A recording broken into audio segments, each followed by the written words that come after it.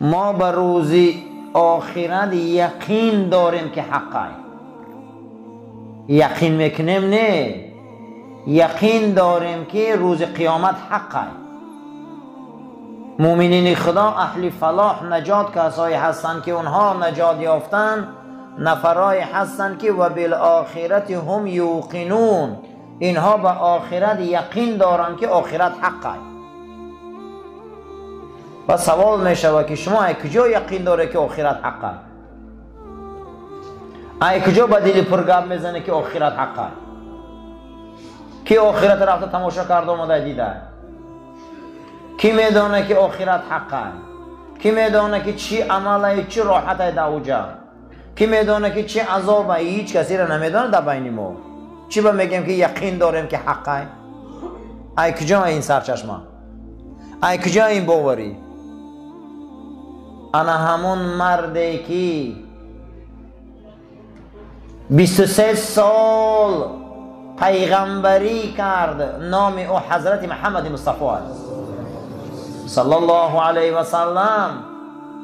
انا خیلی زندگی کرد که یگان روزی زندگیش کجله نبود. انا خیلی زندگی کرد که یگان روزی زندگی او گناه نبود. ای حیاتی او مرد، ای زندگی او مرد، ای تاریخ آن مرد که پیغمبری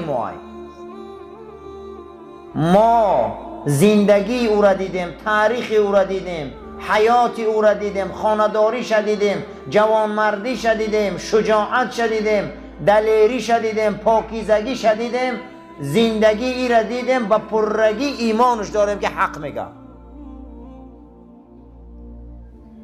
چیزی که او میگه حق میگه. او آخرت دید، آخرت فهمید، آخرت شنید، هر چیزی که گفت در این زمین حق زندگی کرد. امروز ما ایمان داریم که قیامت حقه.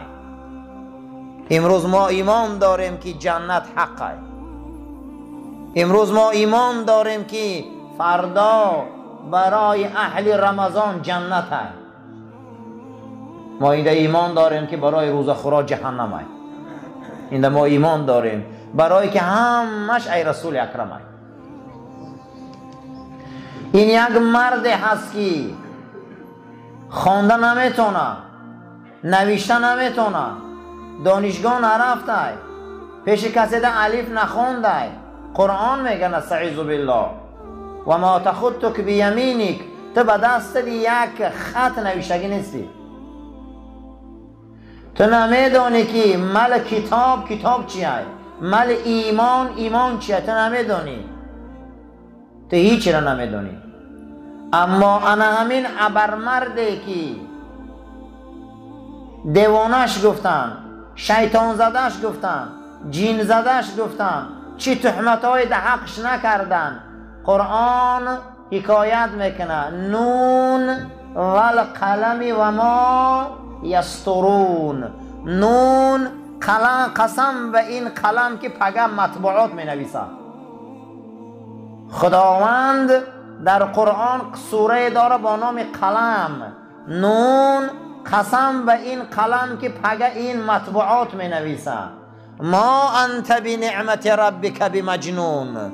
تو و آن نعمتی که الله به تو داده، این رسالت پیغمبری، از این نعمت وحی، این قرآن و شریعتی که خدا به تو داده، حبیب محمد، تو دیوانه نیستی.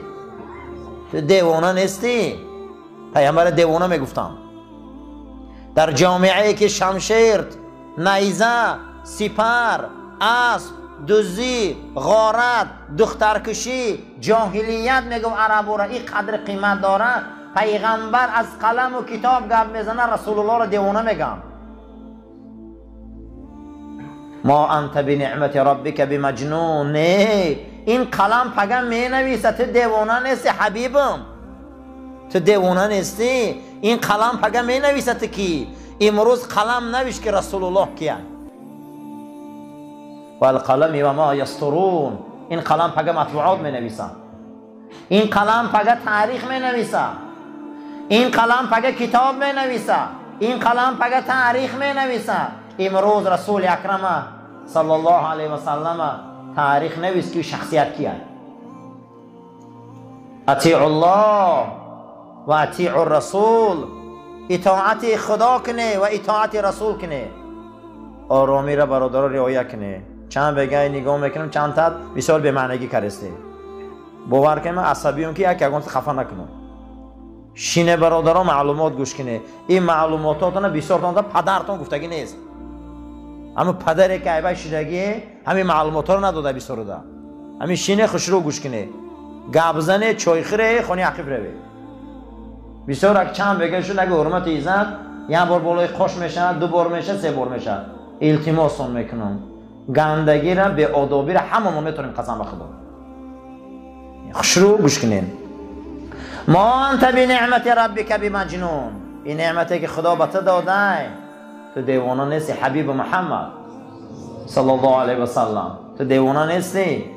اگه این قلم سطر می نویسه، این قلم این کتابا را نویش که رسول الله کیه. برای همین اطیع الله و اطیع الرسول، اطاعت الله کنه و اطاعت رسول او را کنه. سوال می شود چگونه ما اطاعت رسول الله را کنیم؟ برای چی اطاعت کنیم؟ برای چه خفای او ما رویم؟ یگانه شخصیتی که در تاریخ زندگی کردگی بده رسول اکرم صلی الله علیه و سلم یگان بار گناه کردگی نبوده. ای قفای یک کسی روی که گناه نداشته باشه. یگان بار رسول الله گناه کردگی نبوده است. قرآن نستعیذ بالله قرآن حکایت میکند لا ینطق عن الهوا این هو الا وحی یوحا. این پیامبر من یگان بار ای پستی ها گپ نمیزند. این یگان بار از پستی ها از نفسش ای خودش گپ نزده مگر چیزی گپ زده وحی الله گپ زده. تمام حدیث هاشون وحی خدا بوده. لا ینطق عن الهوا. زبان رسول الله جنایت نمیکرده. زبان پیغمبر گناه نمیکرده. زبان رسول الله معصوم بوده. خداوند زبان پیغمبر در این آیه مبارکه میگه که زبان رسول الله جنایت نمیکنه. وقت زبان که جنایت نکنه چقدر خفاش نروید. یا ایها المزمل، ای در تگ بوریا خواب. یا ایها المدثر، ای در تگ کورپچه خواب. خداوند خواب رسول الله را تعریف میکنه. ای در تگ کورپچه خواب خیز. ای در تگ ادیال خواب خیز. قم فانذیر. خیزن که مردم فهمون. مردم در رسان این رسالت هم. موی پیغمبر خدا تعریف میکنه. زبان پیغمبر تعریف میکنه. چشم پیغمبر تعریف میکنه. صدر پیغمبر تعریف میکنه. پای پیغمبر تعریف میکنه. زبان پیغمبر تعریف میکنه. تمام پیغمبران را خدا اگر نامشان نگرفتگی باشند رسول الله را خدا عضوش تعریف میکنه. عضو رسول الله را خدا تعریف میکنه. ید الله فوق ایدیهم ان الذين یبایعونک انما یبایعون الله. کسی قطعی تو بیعت میکنه با الله بیعت کرده. این شوخی نیست. بیعت به دست با رسول الله سلام میکردن روز بیعت و رضوان، صلح حدیبیه. چشم رسول اکرم خدا تعریف میکنن. زما زاغ البصر بشنو صفت از چشم شهلایش. سوره و نجم خان زاغ البصر بین. او چشمای شهلای رسول اکرم خدا تعریف میکنه که چشماش اگر ترا میگه به ذوق نگاه میکرد مرد و زن آب میشه میگه در چشم رسول اکرم. زما زاغ البصر او چشمای شهلای زیبا. برای همین این عذاب گور سبوکیش، احترام منکر و نکیر، رحم کردن عزرائیل در جان ما، گذشتن از پل صراط به آسانی، در محکمه الله خیل سبو گرفتن نامه اعمال، رفتن به سوی جنت جاودان. رها خوردن از تاریکی های روز قیامت، در این دنیا سعادتمند شدن، همین با یک صلواتی رسول الله تمام میشه. رسول الله عز و جل نیست، قسم به خدا. رسول الله شوخی انسان نیست. در گور ما را از او میپرسم. زندگی ما همش برای رسول اکرم است.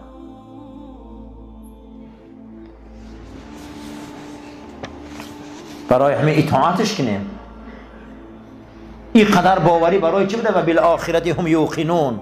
یک مرد زندگی میکنه در تاریخ یگان بار دروغ نمیگه. یک مرد در تاریخ زندگی میکنه، نعمت خدا، دین خدا را در دنیا پهن میکنه. یک مرد در تاریخ زندگی میکنه، آن نویسنده آکسفوردی بریتانیا، اون یهودیه که یعنی حمایه دکتریش میکنه، با نام 100 مردی تأثیر بخش در تاریخ، حیات 100 تا مرد در تاریخ جمع میکنه. 100 مرد میگه در تاریخ تأثیر بخشن. بین اینها تست امتحانی میگذرانه. یکمش گفته جایگیری پیغمبر مسلمانان محمد صلی الله علیه و سلم در کتابش میبیاره. این مرد یهودی است. 100 مرد تأثیر بخش دنیا را امتحان میکنن در آکسفورد، جای یکم رسول اکرم میگیرن صلی الله علیه و سلم. این مرد در تاریخ بشر گفته تأثیر کلان داره. یادم این انسان، این شخصیت تأثیر کلان داره در زندگی ما. اگر دنیا همین قدر تیز میشه، تند میشه، بلند میشه، پایان میشه، یک حدیثی او را میخونن همه آرام میشه، قرآنی او تلاوت میشه همه آرام میشه. این ماه قرآن است. حضرت امام مالک روایت میکنن در مناقبشان که شب خدا را در خواب دیدم. این بزرگای ما رو ببین، کی را در خواب میبینن؟ چی ذاته؟ خدا را در خوابم دیدم. ندای ملکوتی آسمانی آمد. امام مالک چی نعمتی فراوان است، میدانی که در کدام ماه است؟ گفتم نه پروردگارا. گفت در رمضان است. گفت چی نعمت است او؟ گفت کسی قرآن خوانه، گفت من برای او ثواب جبرائیل میتم، زیرا در این ماه جبرائیل با رسول من قرآن تکرار میکردن. هیچی قرآن میخونی همین روزا؟ به قرآن نگرده، این ماه قرآن بوده است. بعد از او پرسیدم که پروردگارا، یک آدم قرآن رو میخونه و معنیش نمیدونه، یک تای دیگهش میخونه و معنیش میدونه، همینا در اجر ثواب در پیش تو فرق دارن یا یکن؟ ندا آمد که امام مالک در این ماه کسی اگر ورق قرآن هوی کرد ثواب ده همش یکن.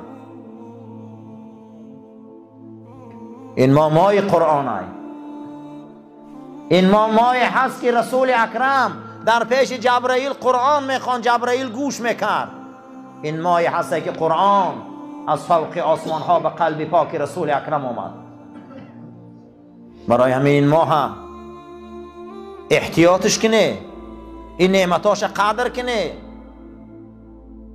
قرآن زیاد تلاوت کنه، قرآن زیاد خوانه، زیرا که قرآن روح آرام میکنه، جسم ده شفا میبخشه، تلخی مرگ آسان میکنه. امانت رسول اکرم صلی الله علیه و سلم ملائکه ها را زمین میبیاره.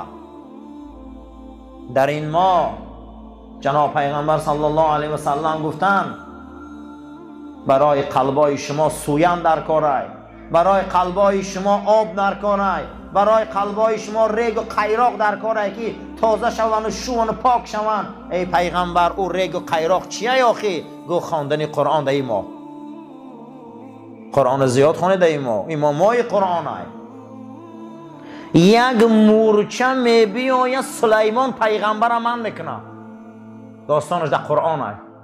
یک مورچه سلیمان پیغمبر من میکنه، لشکری سلیمان پیغمبر میگه که ایتا نگذر که مورچه های ما کار میکنیم تو ما را میجقی، او رختی گذر. یک سلیمان پیغمبر مورچه گردن نمیته که مهمانت میکنم. میگه تو میدونی من چند قدر سپاهی دارم، تو میدونی که من چند قدر پیشروی دارم، من حکمت عجینه دارم. من حکومت این است دارم، من امروز ملیک دنیاام. مرا تو میدونی سیر کرده میتونی منه با چی میتونی نون؟ گفته یا ملخ بسایتا، همون ملخش که دیگر دانه میتیه بو. موره شنیده ای که سلیمانی وقت را بر عقد خود برانی ملخ کرده مهمان. تو فهمیدی میگه سلیمان با این قدر حکومتش مورچه میگه که یک لینگ ملخ خدی سیرد میکنم. معنیش اینه که همت بلند گیری. سلیمان هم مورچه پس نمیبرده پیشش، با وجوده که ما 124,000 پیغمبر در یک روایت داریم، 360,000 پیغمبر در یک روایت دیگر داریم.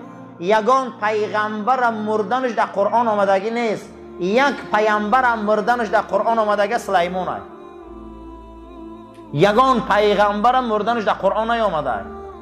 حتی که دیگهای آش میپختگی سلیمان قدی شورباش الپینیستان میشوشتیان و بندا خمیده قادرات و سیاد میگه قرآن. دیگاش میگن میگه به بندا میخمیدیان میشوشتیان که هر یک دیگش تا 33 متر در زمین بده. انا میخه نان میداده. حکومت دنیا در دستش بود، جین در دستش بود، پرنده ها، چرنده ها، رستنی ها گپ میزنن. اما خدا انا میخل پیغمبری بزرگه که یگان پیغمبر ایخل قدرت نداده. خدا مرگش در قرآن میبیاره، در سری عصا جانش میگیره. این برای ما عبرت است. یگان پیغمبر مرگش در قرآن نیامده، فقط سلیمان. میگه ای ثروتمندا، امروز دنیا حسابات کرده برآمدیان، تمام ثروت دنیا 8% ثروت سلیمان بوده. انا میگه ثروت داشته، 600 تا زن داشته حضرت. عبادت خانه میندازه، زمین قدس میندازه، حکومت خدا، لشکر خدا. شمال خطی و گب میزنه، آسمان ابرها گب میزنن، زبانی همه چیز سلیمان میدونه. در سری منسعه عصای حکومتش جانش میبره، 40 روز میایسته. بعد از او خدا موریانه کیرمی چوبخره امر میکنه که عصاش بخویه، که خواهیده تگی دستش میبره که عصا میشکنه و سلیمان از عصا میبیا در زمین میزنه. نه حکومت عجینه میمونه و نه حکومت اینس. خدا میگه دولت سلیمان به یک کیرمی چوخر شکست دادو. ما در پیش قدرت خدا هیچی هم قسم به خدا. یک ویروسی کرونا برآمد، اثبات کردین که یک شکل را میگیری، جدول شکلش هم میدونی 1 میلیمتر. 1000 تقسیم میکنی، 10,000 تقسیم میکنی، ای 10,000 تقسیم یک دانه همون کرونا ویروس بوده. ایرپورت های دنیا را بست، سلام کنی را بسته، آغوش را بست، در فوک همه ملطبه. سلام نکی میگذره، ای نفس میگذره، نشینی میگذره، این نکنی میگذره. میلش جنازه ها را بست. مردم جنازه های دوستاش هم به طریق ایما و واتساپ دیدن. آدمایی که 40-50 سال در خانه هاشون خدمت کردن، حتی حوالیاشون درآوردنی نموندن شونه. یک همین قدر ما شر نیست اگه جبرائیل همین به یگان سپاه اسب زمین بیاید. یک ویروس کرونا کسی نمیبینه دنیا را میبنده. سلیمان پیامبر یک کیرم دولت شکست میتیه. همون روز منسعه را میشکنه، همون تا میغلطه در زمین، تمام حکومت از دست میروه. از این ذات حتی پیامبر دیگه نمیبیا. ما از خدای مسوی خدا باز میگردیم. همه چی ای خدا